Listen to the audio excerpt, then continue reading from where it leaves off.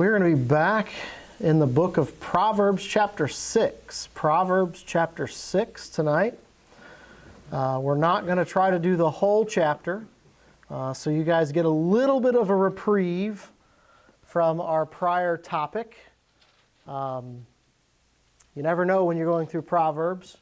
You can change topics pretty quickly. But we are going to be in the first half of Proverbs chapter 6. We are at least going to try to cover verses 1 down through verse 15.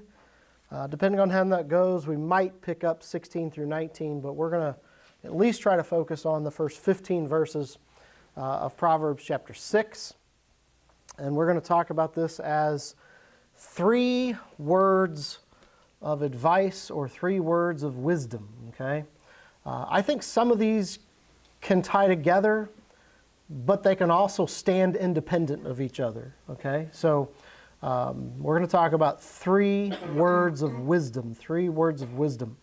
The way that I have divided these up, verses 1 down through verse 15, if you look at verses 1 down through verse 5, you are dealing with the idea of, I'm going to put it this way, being the guy that volunteers to pay for somebody else's debt or suffer the consequences of somebody else's debt and the challenges that can go with that. Okay, so that's verses 1 down through verse 5. Verses 6 down through verse 11 deal with laziness and the idea you need to get up off your rear end and get some work done. Okay. And verses 12 down through verse 15 give you some warning about the crooked guy. I read those verses and I think several things. One of them, the stereotypical used car salesman that winks with his eye and makes the secret hand signals to the guy that's going to help trick you, right? So, those 3 things, if we happen to get to 16 down through verse 19, those verses are dealing with the 7 things that God hates or considers an abomination, okay? And it's a list that we could spend a little bit of time on. So, I think we might try to save that for next time. We'll see how this goes. But we at least want to get down through verse 15 if we can. Okay, let's read these first 5 verses.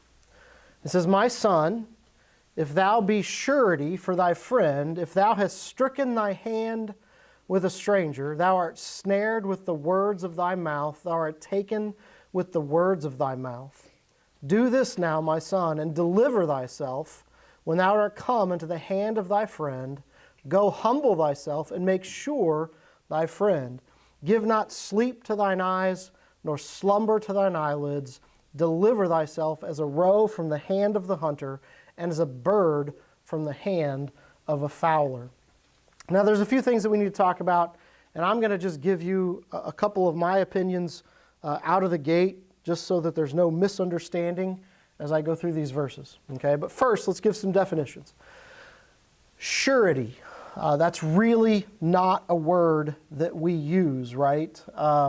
We think about, the closest we probably get is the word sure. Can you do this?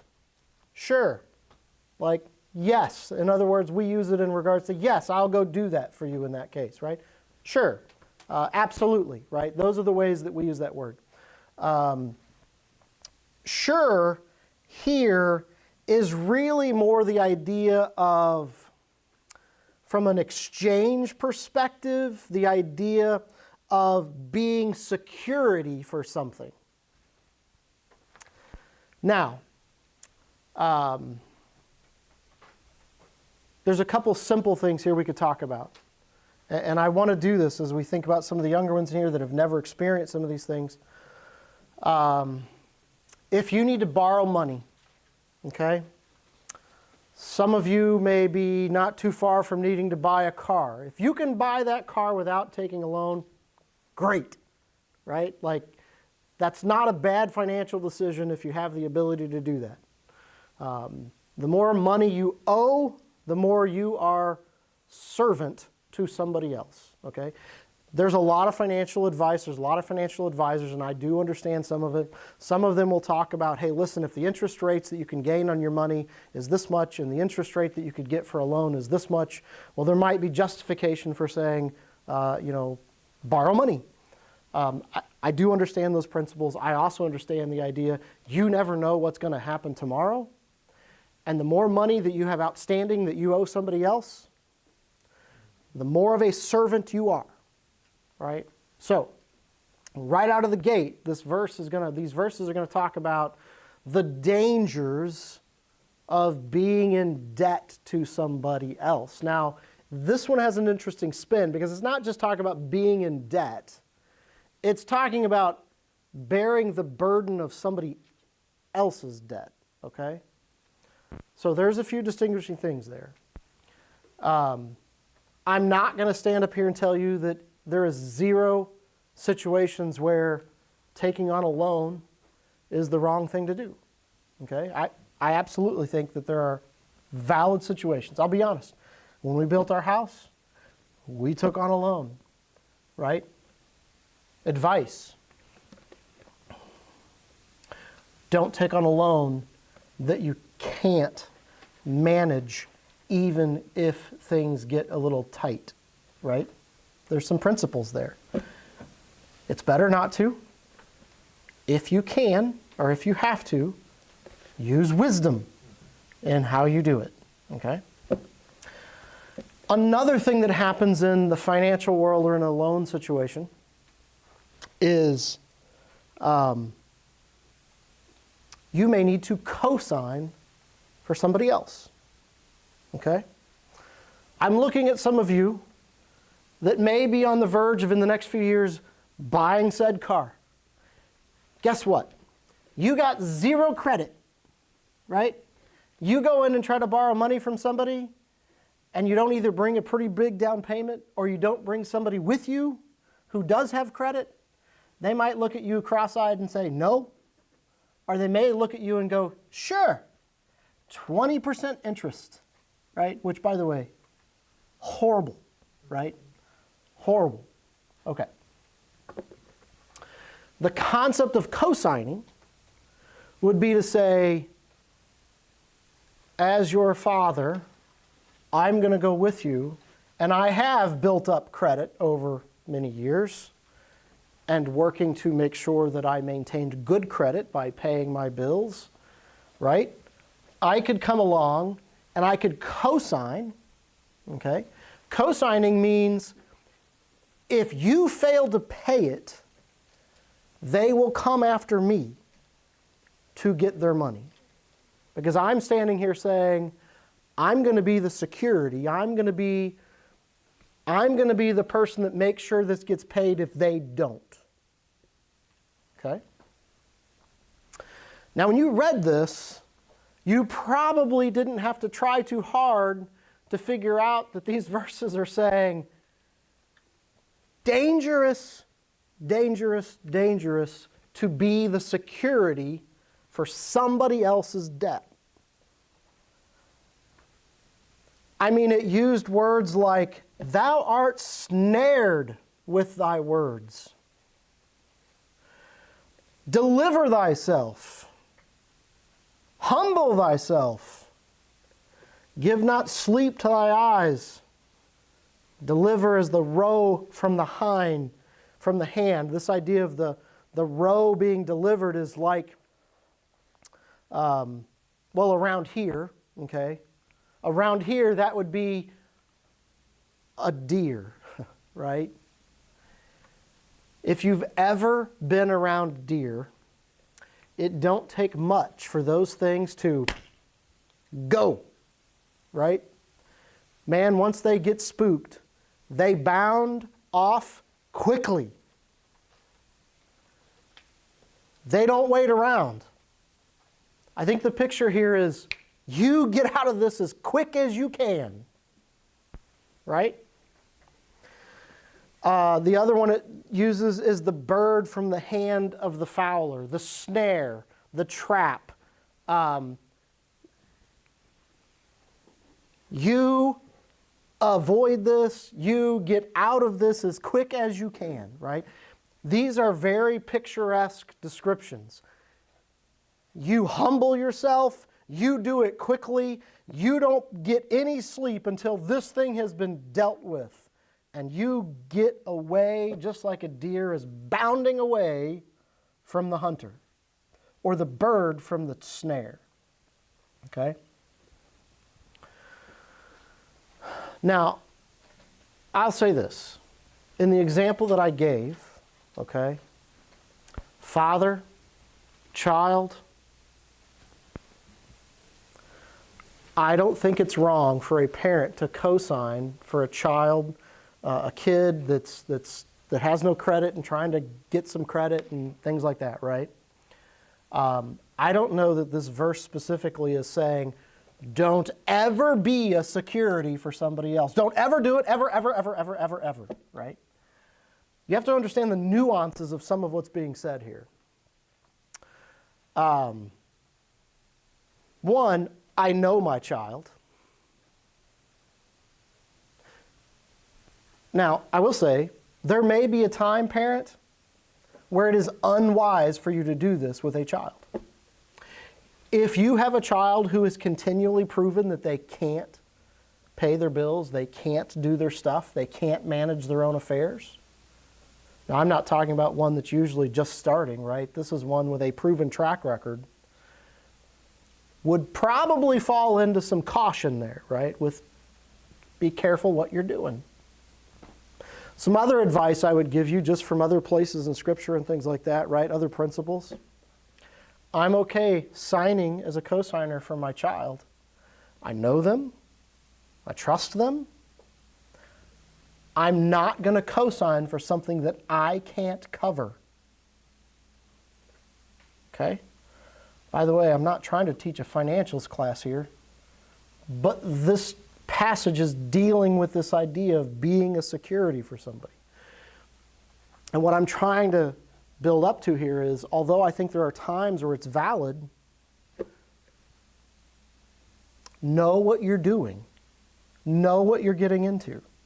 There's some verbiage in here about thou hast snared with the words of thy mouth, or art taken with the words of thy mouth. The indication is almost as if you did this. Like your friend said, hey, can you cover my debt for me? And you said, yeah, sure. But you didn't necessarily know the person they were in debt to, right? It says the stranger. You've shaken hands with the stranger. You've struck in hands. That's like, yeah, sure. Let's do this thing. Yeah, right? We shook on it. We made a deal. But you get the idea in this case, although the guy was doing this for a friend, he didn't know who he was making the deal with. Probably not only did he not know who he was making the deal with, he may not have known the terms. I didn't know when I agreed to pay to be a co-signer for your debt, I didn't know that you had a 20% interest rate and that you had to pay it off in, 12 months, and that if you don't pay it off, there's a penalty that comes with it. You get the idea when you read this that like this person quickly said, hey, yeah, sure, I'll cover you. Let's make the deal. Did he know what he was getting into? Did he know who he was doing business with? Listen, I'm going to tell you guys, because you guys, some of you ain't been around too long, there is a big difference between going to a bank or a credit union and getting a car loan or some kind of a loan, then going to a payday loan or a loan shark and getting a loan. You just agreed to be the surety or the security for somebody. Did you know that the person that they got that loan from was of ill repute? Was not to be trusted? Maybe had a streak of violence in their past? Right? There's lots of things we could talk about here. I get it. In our day and age, some of this stuff is regulated. Some of this stuff is... This wasn't regulated in these days, right? You got a loan from somebody, no telling who it came from. And in this case, you just agreed to something dealing with a person that you knew nothing about. Not wise. And it describes it as that you just opened your mouth and stepped into a trap. Be careful. Eyes open. Use discernment. Use wisdom. Right? Pay attention. Now, in verses 3, 4, and 5, where he's describing what happens next, do this now, my son. Deliver thyself when thou art come into the hand of thy friend. Go, humble thyself, and make sure thy friend. Give not sleep to thine eyes, nor slumber to thine eyelids. Deliver thyself as the roe from the hand, and the hunter, and as a bird from the hand of the fowler. Now, there is some difference of opinion in regards to what this talks about. I'm going to give two different ideas here. I have an opinion, but I'm not hardcore on it. I don't want you to think that, well, because there's two and I have an opinion about it, not hardcore on it, like that I've just invalidated all this because, well, you're not coming in and saying this is exactly what it means. The principle's the same regardless, right? The principle's the same. It is dangerous to do what we just described. And you need to take it serious, and you need to act quickly to get this resolved. Okay? Now, one school of thought says in verses 3, 4, and 6 that what you're to do is that you are to go to your friend once you realize what you've done and beg and plead with them to let you out of this deal. You do whatever you got to do. You humble yourself. You fall on your face. You get out of this thing. Whether it's your friend or the creditor, the person that they owe money to, you go beg and plead to say, I don't want any part of this. I didn't know all of the details. I know the details now. I want out. Now, if that's the case, again, I think it does show the deep concern that the Proverbs here have with the idea of being a surety when you don't know the person that you just signed on the dotted line with. Okay? I'll be honest. That doesn't tend to be the opinion that I have about this verse, and if you do, that's totally fine. The other side of this thing is that people say, well, what this is saying about is you better take this thing serious. You just put your name and your financial stability on the line. You better go to your friend and you better make sure that this thing gets paid and this thing gets taken care of. You do it now and you do it quickly. Don't let this thing linger. Don't let this thing go by. You go and you guys work together and you figure out a plan to get this thing taken care of. Because listen, you just put your life and your family's life and your family's stability on the line. You better be there by your friend saying, what are you doing to make sure this gets taken care of? How are you earning this money? What's next? Have you made your payment? How are you going to pay this off early? Right? Like, I tend to think that what it's saying is showing the urgency of you get with your friend and you make sure this thing gets taken care of. Because you are as much responsible as they are now. Because that's what you did when you agreed to this, not fully understanding all of the ramifications. Okay? I think either way shows that there's an urgency in, like, you need to be careful when you open your mouth and agree to stuff, right? Okay.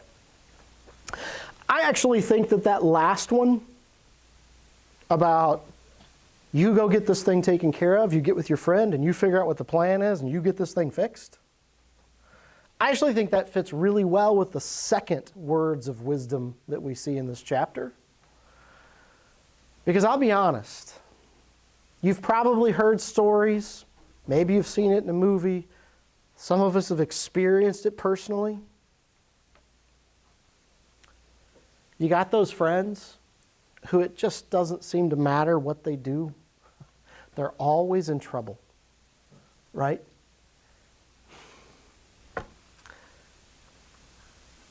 They get with the wrong crowd. They make unwise decisions. Somebody helps them get out of it. The next thing you know, they're right back where they started, right? Well, be careful that you're not propping up that kind of behavior in what you just did in verses 1 through 5. And you get with that friend, and you stick with it until this thing's taken care of. Which leads me into, this can be advice for the friend that you're working with, or this can be advice for yourself. But this is a pretty familiar passage, right? Imagine that these two stories go together, and you've just put your family stability on the line, and you go over to your friend's house.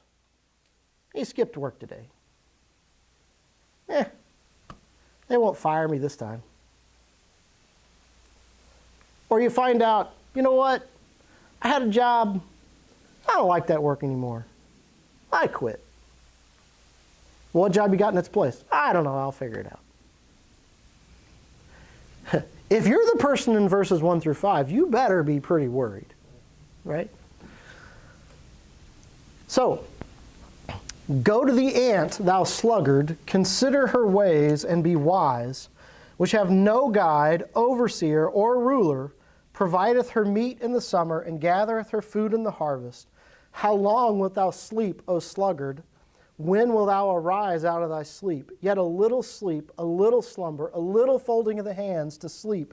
So shall thy poverty come as one that traveleth, and thy want as an armed man. The picture is given of, listen, you've got responsibilities, you've got things that need to get done. Wake up, sluggard. Sluggard is another word for somebody that's lazy. I think probably most people have had their bouts of laziness. But listen, there are some people out there who it's just a way of life. Now, hopefully, if you find yourself in a place where you're being lazy, the advice that I think that you're going to get out of this passage is, listen, you need to get up and you need to go get your work done, and you shouldn't have to be told to do it. How many of you, because listen, the things you do as a child is training ground for when you're an adult. How many of you have a room?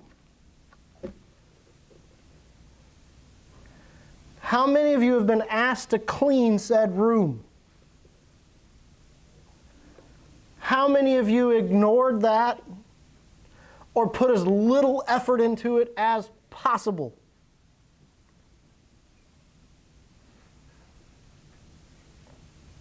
The Bible would call you a sluggard. And it's a reputation problem.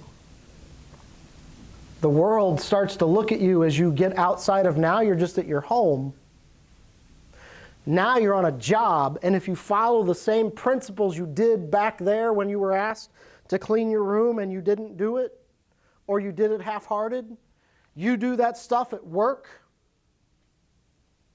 you're either going to find yourself without a job, or you're going to be shuffled off to this corner where you're not getting raises, you're not getting increases, and you're constantly, people are going, well, don't ask him to do it because he don't care. Or he's not going to do a good job, or she's not going to do a good job. There's a reputation that goes along with this. And the next time an opportunity comes up, guess who they're not going to pick?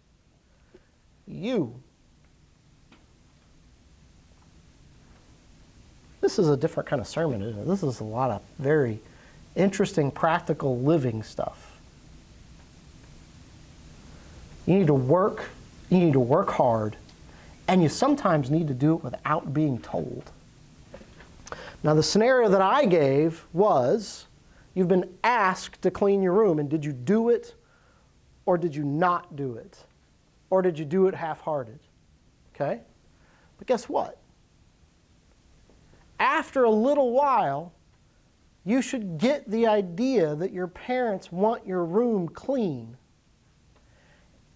Your parent shouldn't have to ask you anymore because you already know the expectation. Show the initiative. That means get up and do what you know needs to get done even if nobody tells you to do it. Do the initiative, show the initiative to go, hey, for 5 years my mom has been asking me to clean my room. I think I'm going to do it without her asking today. And in a few days. And then I'm going to make a habit of it because I know this is what I'm supposed to be doing. You could fill in, do the dishes. You could fill in other house chores. You could fill in, you know what? You just happen to notice that there's something around the house that needs to be done, and you go, you know what? I'm going to do that. That's showing initiative. It's the exact opposite of being a sluggard.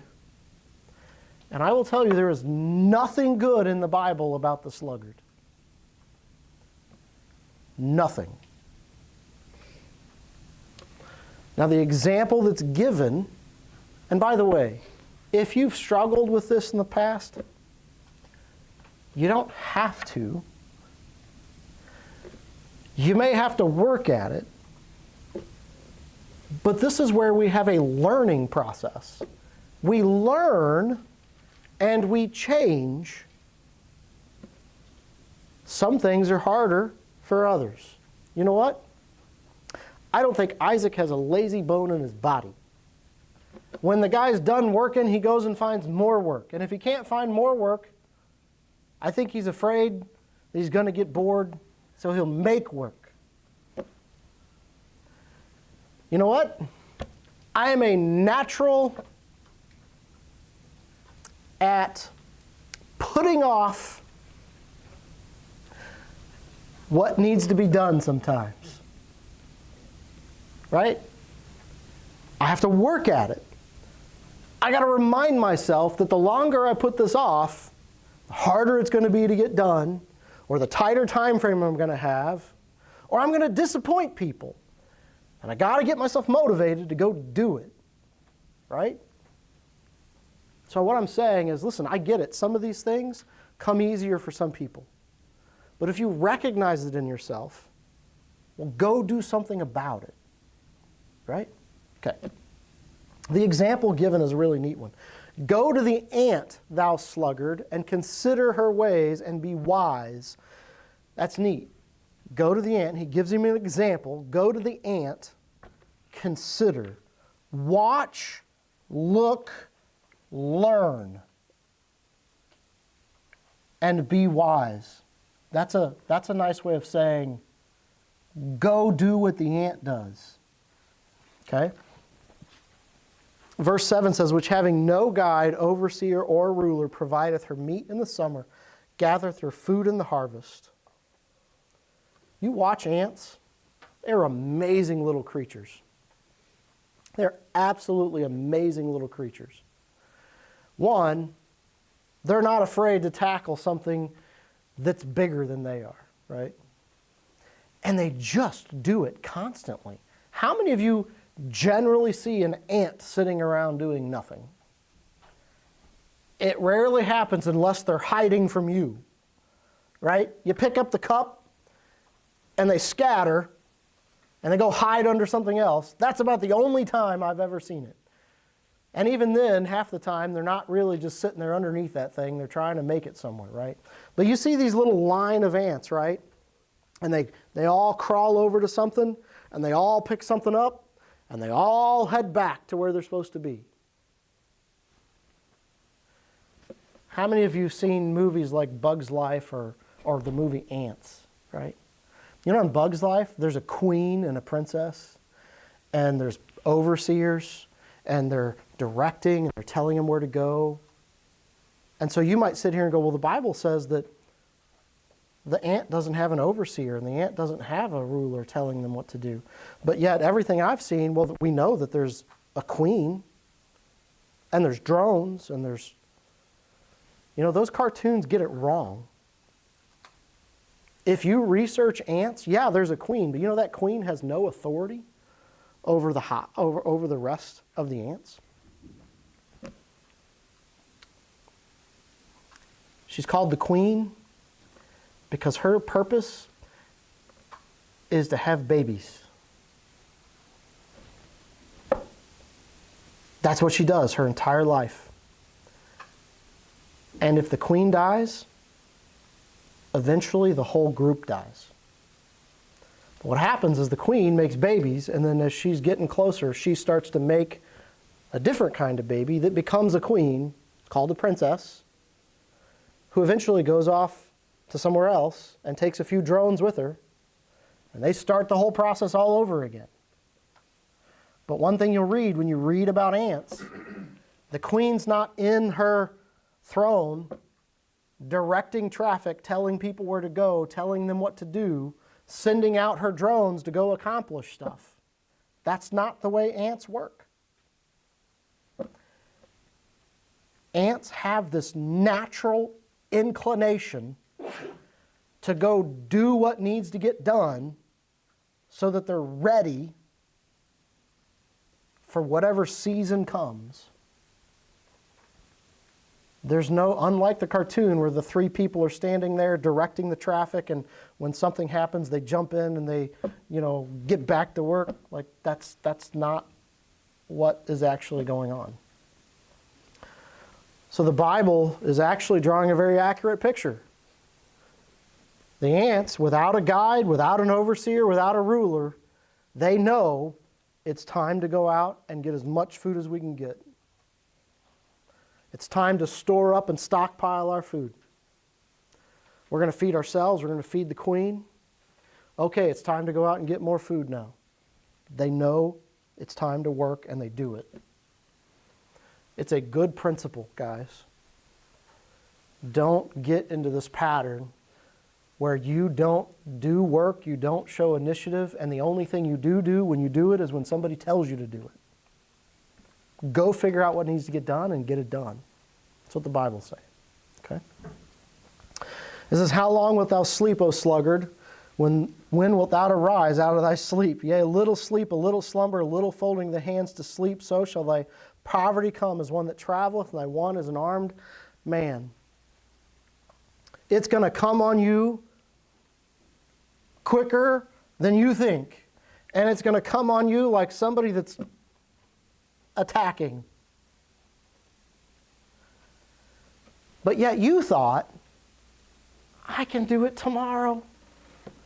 I'm just going to kick back and fold my hands and put my feet up, and I'm going to take another nap.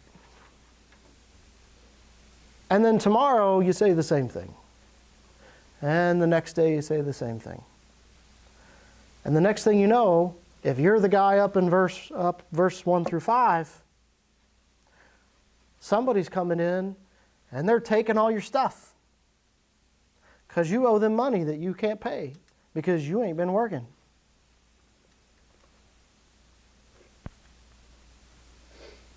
Get busy. That's what it says. Get busy.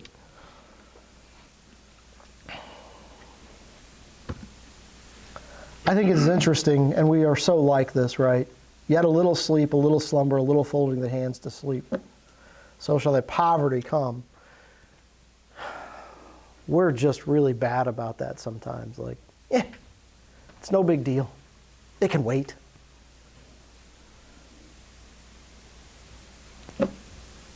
You guys might have even sat here and thought, he is overreacting. Just because I don't do my chores when I'm supposed to doesn't mean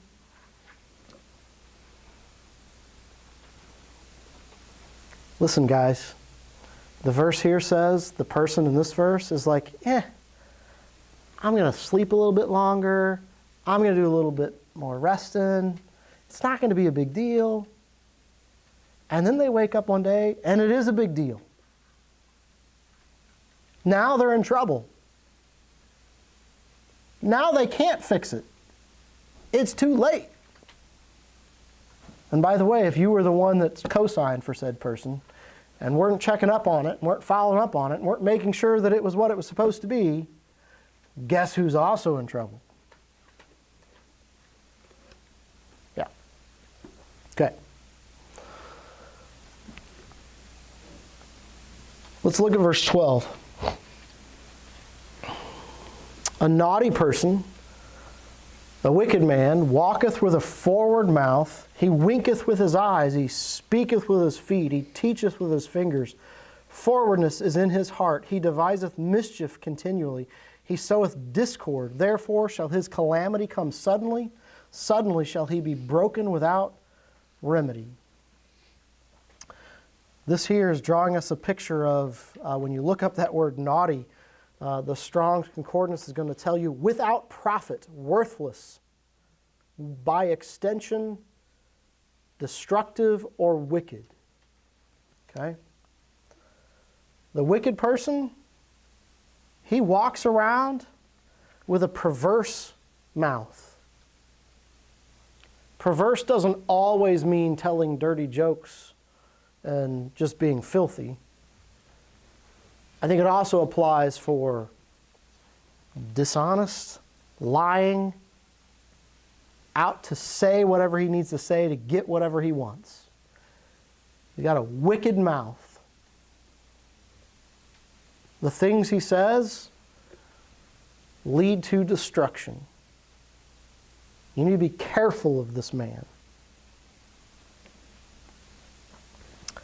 By the way, this man, there's a lot of debate about what verse 13 means when it says he winketh with his eyes, he speaketh with his feet, he teacheth with his fingers.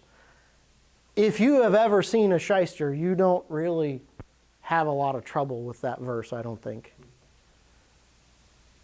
You've seen the guy that, like, you know, makes all the promises. Yeah. Right? Trust me. It's good. It can be okay. Or maybe here, I'm looking at this one, and I'm saying, well, you can trust me. It's going to be okay. Don't worry if you can't make those first few payments. I'll let it slide. It's going to be okay. Over here to this one, I'm saying, get ready. We're going to make a lot of money off of this guy. Right? We are about to make it good.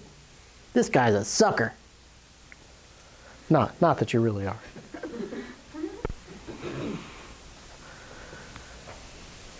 Now imagine that the guy you're dealing with, who is saying one thing, looking at his partners with secret signals and indications of, hey, go get that thing, right? Like, let's go get that thing. We're going to sell that to this guy. It's going to be okay. Now imagine that that's the guy you're dealing with. Now go back up to verses 1 through 5. And you decided that when your friend came along, all anxious about something, saying, hey, I need you to come put your name on something and say that you're going to back me up on this thing. And you say, yeah, sure, let's do it. And now you have talked her into coming with you and agreeing to whatever terms that I gave you while I was winking at her, thinking about how much we're going to steal from you.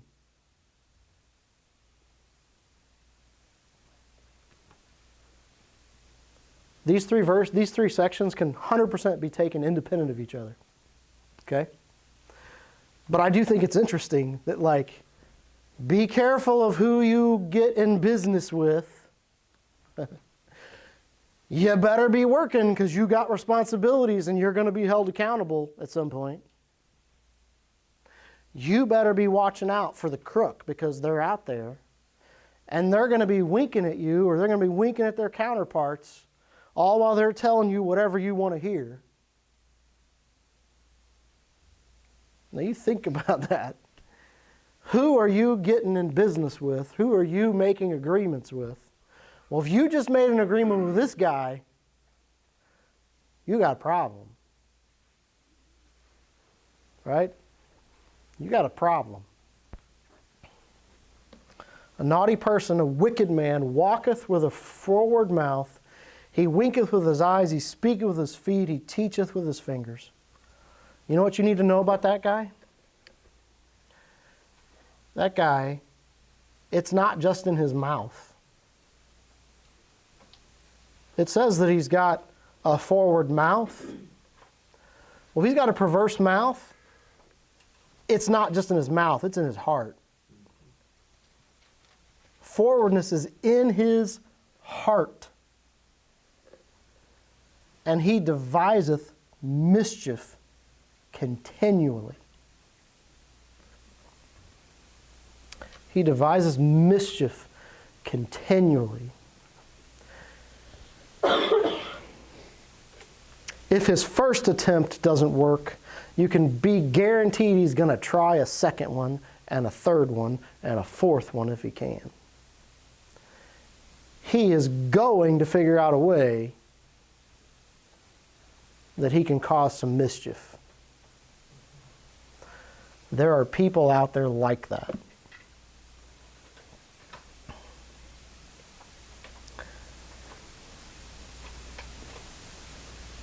Listen.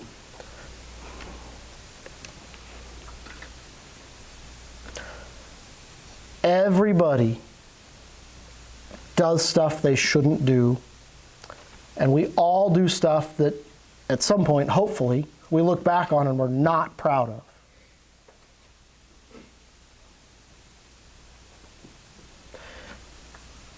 And everybody born has a sin nature in them. Okay? But listen, there are some wicked people out there. I'm not talking spiritually at this point in regards to we're all wicked and we all need a Redeemer. We all need to turn to Jesus Christ. Jesus Christ can save the guy raised in the pew or the guy raised in the gutter, the guy that's broken every law you can think of. I'm not talking about that. From a practical, everyday perspective, listen to me. There are some unsaved people out there that they are sinners and they stand in judgment before God.